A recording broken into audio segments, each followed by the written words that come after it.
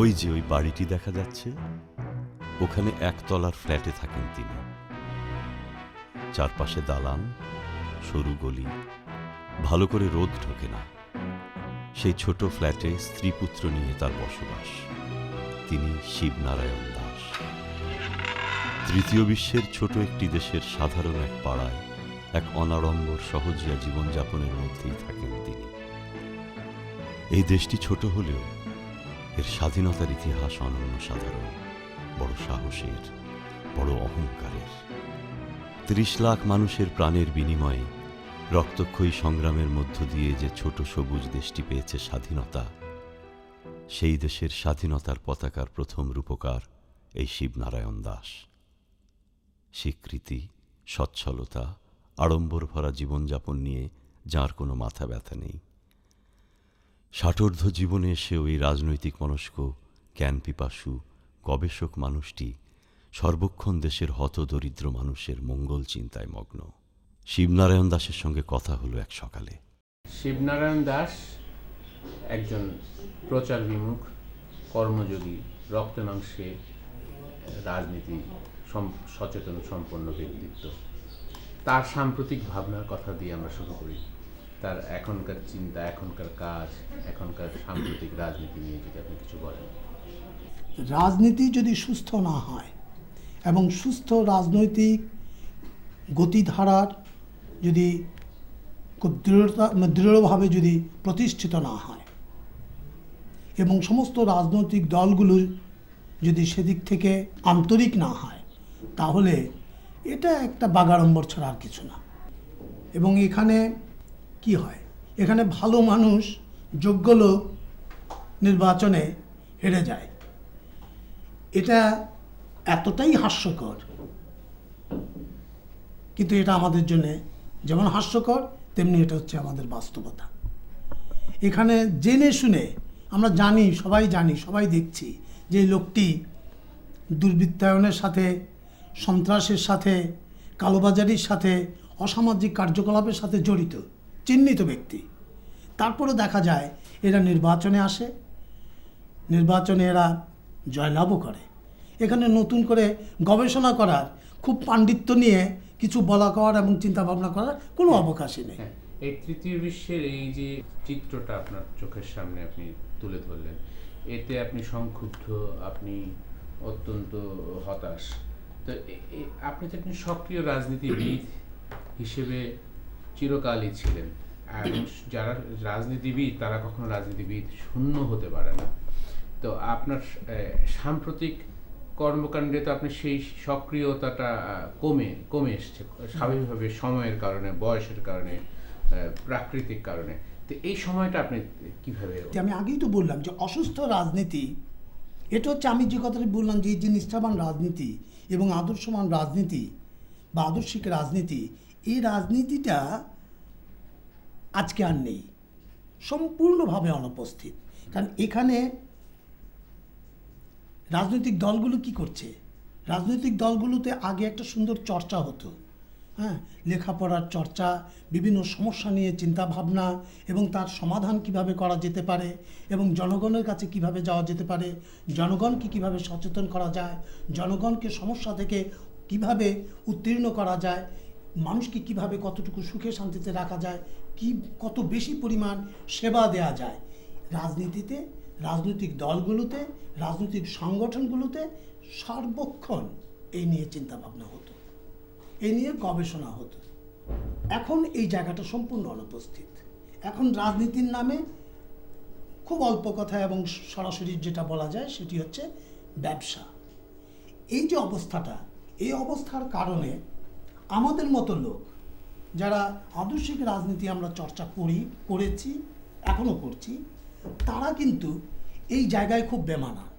হ্যাঁ, আমাদের যে একটা প্রতিবাদী, আমাদের যে অবস্থান ছিল রাজপথে সরাসরিভাবে, আজকে সে জায়গা নেই। কারণ ওই জায়গাটা দুর্বৃত্তরা দখল করে ফেলেছে। আপনার একটা কথা আছে যে মানুষ মৃত্যুর আগ মুহূর্ত পর্যন্ত মানুষ মরে না।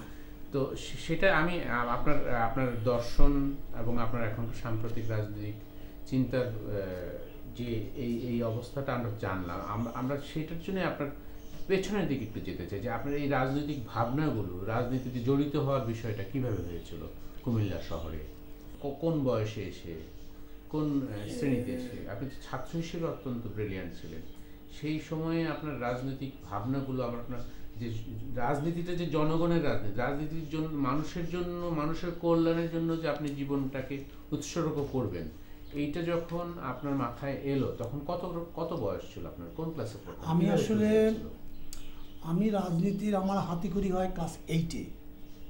হ্যাঁ, আমি তখন ক্লাস 8-এ পড়ি। আমার রাজনৈতিক গুরু যারা, তাদের মধ্যে প্রথমেই বলতে হবে শহীদ ধীরেন্দ্রনাথ দত্ত, দাদু ছিলেন। তারপর মফিজুল ইসলাম অ্যাডভোকেট। কোন স্কুলে পড়তেন? আমি 8-এ যখন ক্লাস 8-এ যাও তখন কুমিল্লা জেলা স্কুলে, আমি জেলা স্কুলের ছাত্র।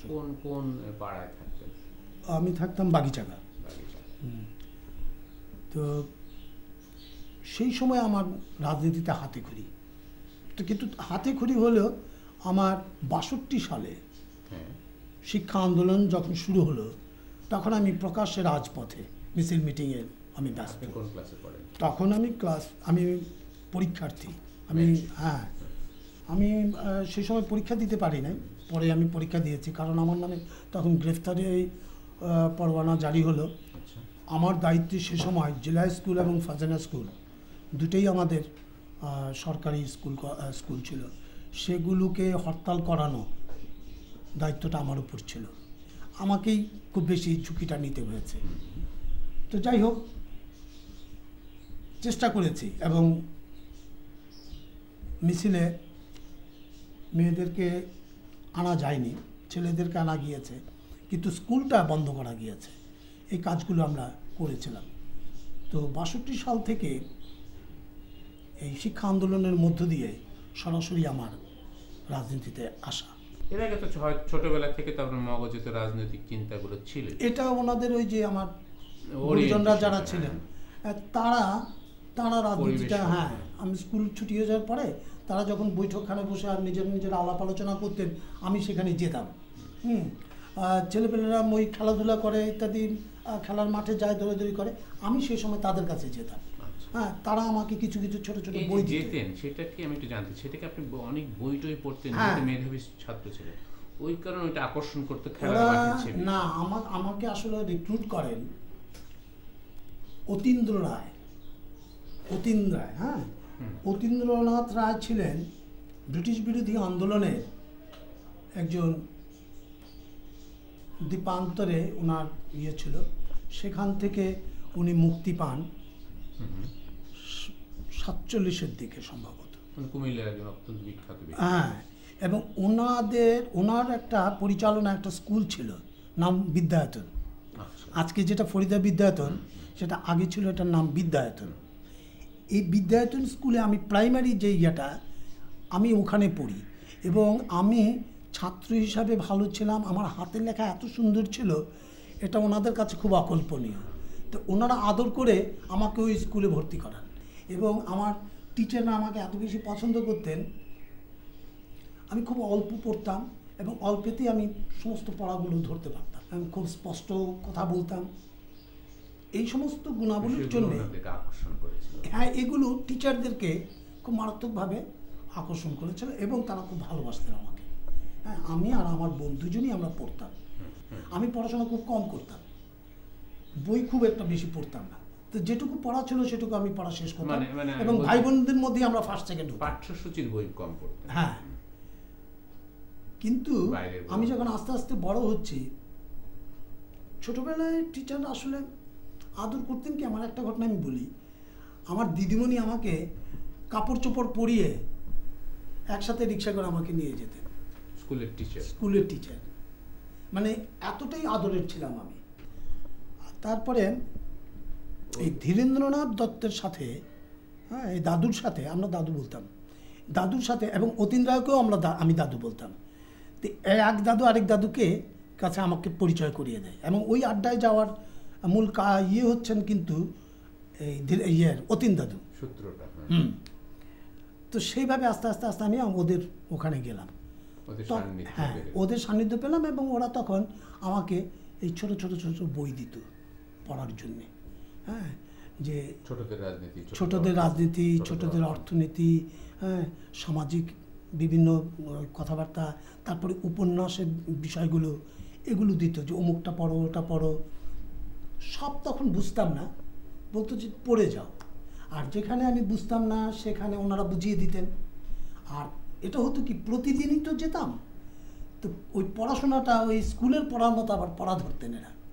তো একটা ছোট প্রশ্ন, সেক্ষেত্রে আপনার কি মনে হয়, আপনি এত বছর বয়সে এসে আপনার কি মনে হয় ওটা ছিল কি আপনাকে একজন রাজনৈতিক কর্মী হিসেবে তৈরি করার জন্য, না একটা মানুষের জন্য? আপনাকে যে ওটা কি ওদের ওদের ভিতরে কোনো ইন্টেনশন ছিল কিনা, যে এই ছেলেটি যেহেতু ব্রিলিয়ান্ট, স্বভাব চেয়ে আলাদা, সে মাঠের বাইরে আমাদের সঙ্গে সে বসতে চায়, ওইটার জন্য কি তাদের একটা পরিকল্পনার মধ্যে ছিল যে আমরা একটা রাজনৈতিক সক্রিয় কর্মী পাবো, ডিভোটেড কর্মী পাবো, ওই চিন্তা থেকে, নাকি একটা মানুষ হিসেবে সে গড়ে উঠুক, ভালো অনেক লেখাপড়া করুক, জানুক, বুঝুক?